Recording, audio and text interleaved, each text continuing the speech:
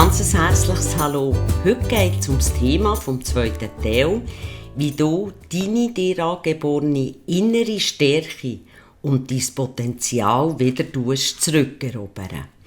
Mein Name ist Pierina Steiner, Mutmacherin und Lebenscoach.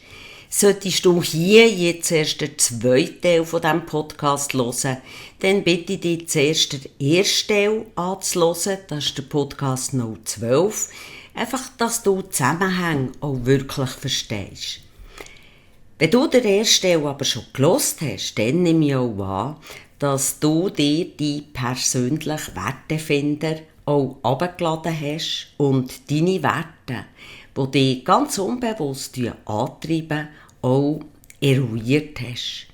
Wenn nicht, dann solltest du das unbedingt noch machen. Du findest das im Gratiskurs «Neue Wege, neue Chancen» auf meiner Webseite. Den Link findest du wie immer unten nachher im Podcast-Beschrieb. Im Teil 1 habe ich dir ja versprochen, dass ich heute auch auf das wichtige Thema eingehe, wie du das tust. Das ist nämlich der Schlüssel zu deiner Stärke, zu deinem Potenzial. Ja, man kann sagen, sogar zu allen Erfolgen, aber auch Misserfolgen. Wir alle, du und ich, werden täglich vor die Wahl gestellt. Vor Entscheidungen. Völlig egal, ob bewusst oder unbewusst. Es geht dabei nicht um die Wahl oder die Entscheidung, welche Wohnung du mieten, welches Auto du jetzt kaufst, welchen Partner du heiratest, ob du Kinder willst oder nicht, ob du den Job wechselst oder nicht, oder ob du dich frühzeitig pensionieren oder sogar nach der Pension weiterschaffst. Es geht nicht um die Entscheidungen, die du sehr wohl überlegt und gründlich entscheiden. Es geht um die täglichen, kleinen Entscheidungen. Die täglichen, stündlichen Entscheidungen, die du immer und immer wieder triffst. Es geht um die Entscheidung, die dir jetzt vielleicht sogar so unwichtig oder vielleicht auch nichtig erscheint. Doch du selber triffst jeden Tag, jede Stunde eine Wahl. Und der Einfluss von dieser Entscheidung, ob bewusst oder unbewusst, breitet sich über dein ganze Leben aus. Zum Besseren oder zum Schlechteren, zur inneren Stärke oder zur Schwäche, zur Vitalität oder schrittweise abnehmenden Gesundheit, zum Glück, zur Zufriedenheit oder zum Leid oder Pessimismus, zur Erfüllung oder Verzweiflung, zum Besseren oder zum Schlechteren.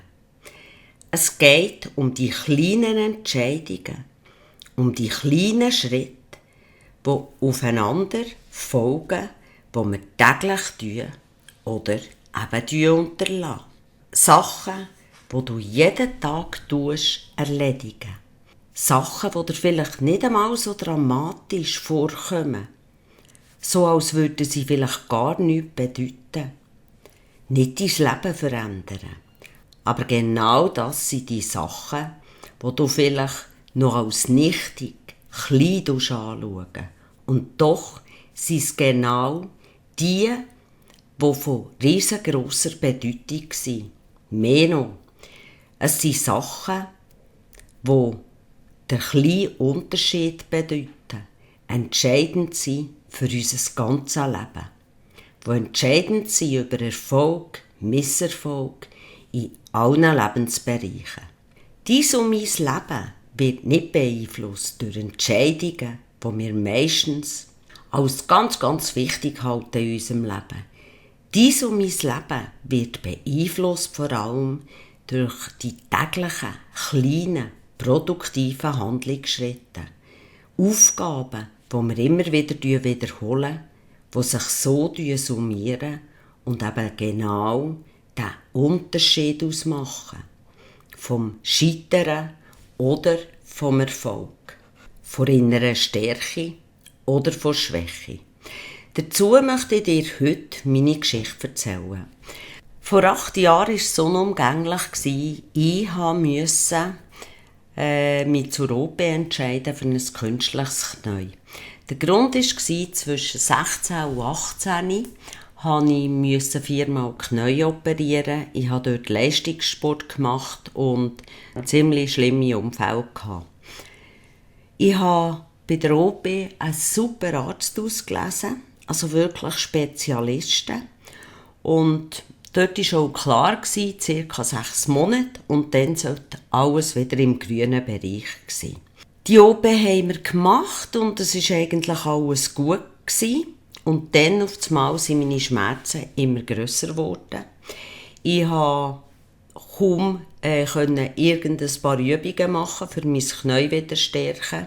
Ich hatte sofort ein Knie wie ein Ballon, also Erguss, Wasser im Knie.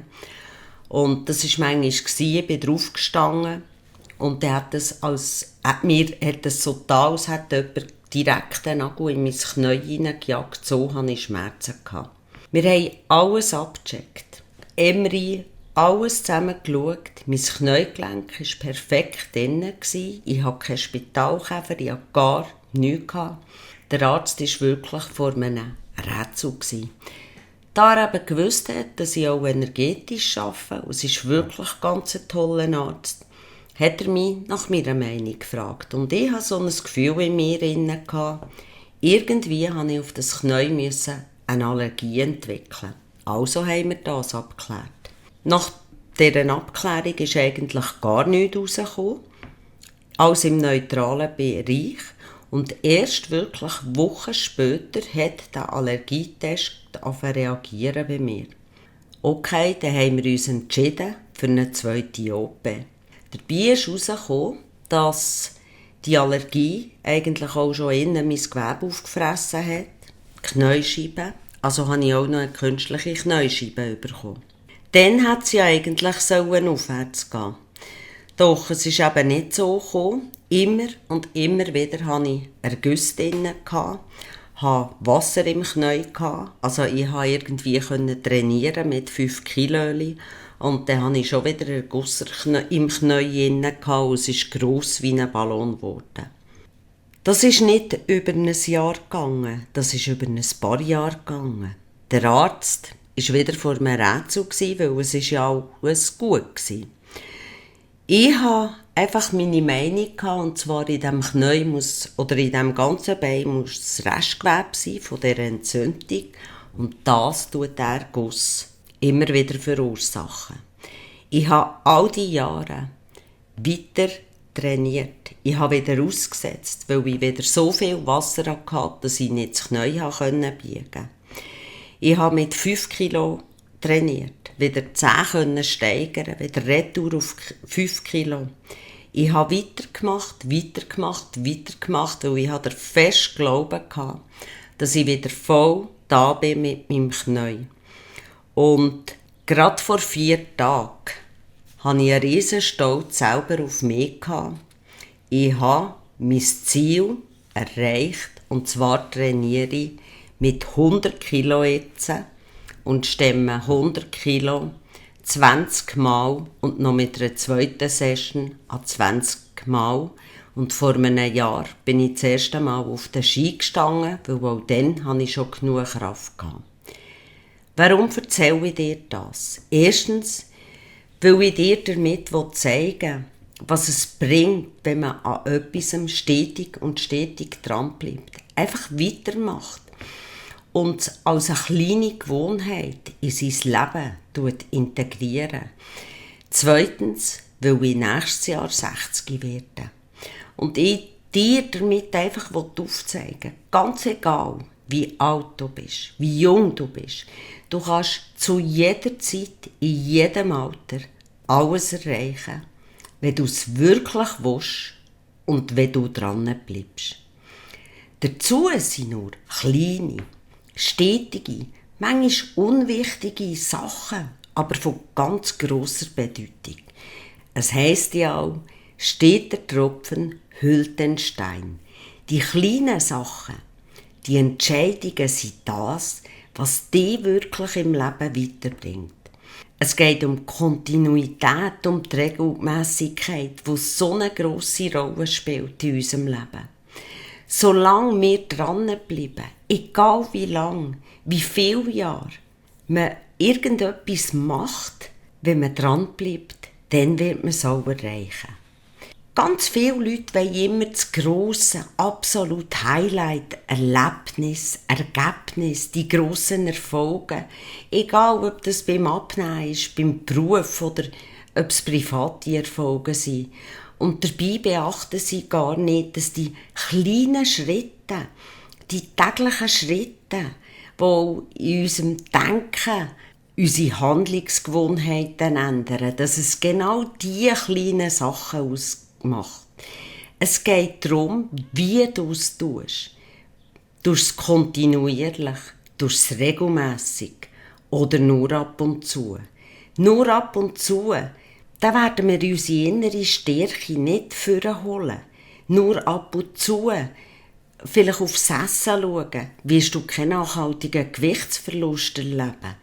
Nur ab und zu an deinem Potenzial, an deiner inneren Stärke zu arbeiten, da passiert nicht viel.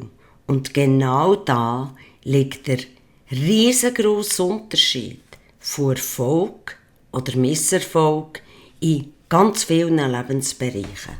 Alle 5 Jahre an deiner Persönlichkeit zu arbeiten, ein Seminar zu besuchen, wird dich nicht zu den gewünschten Erfolgen bringen.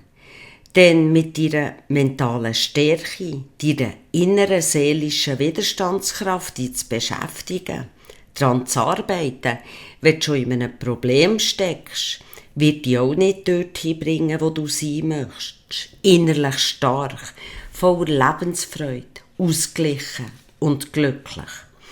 Durch das regelmässige Tun entsteht in uns erst ein Ehrgeiz, eine Motivation. Unser Selbstbewusstsein wird gestärkt.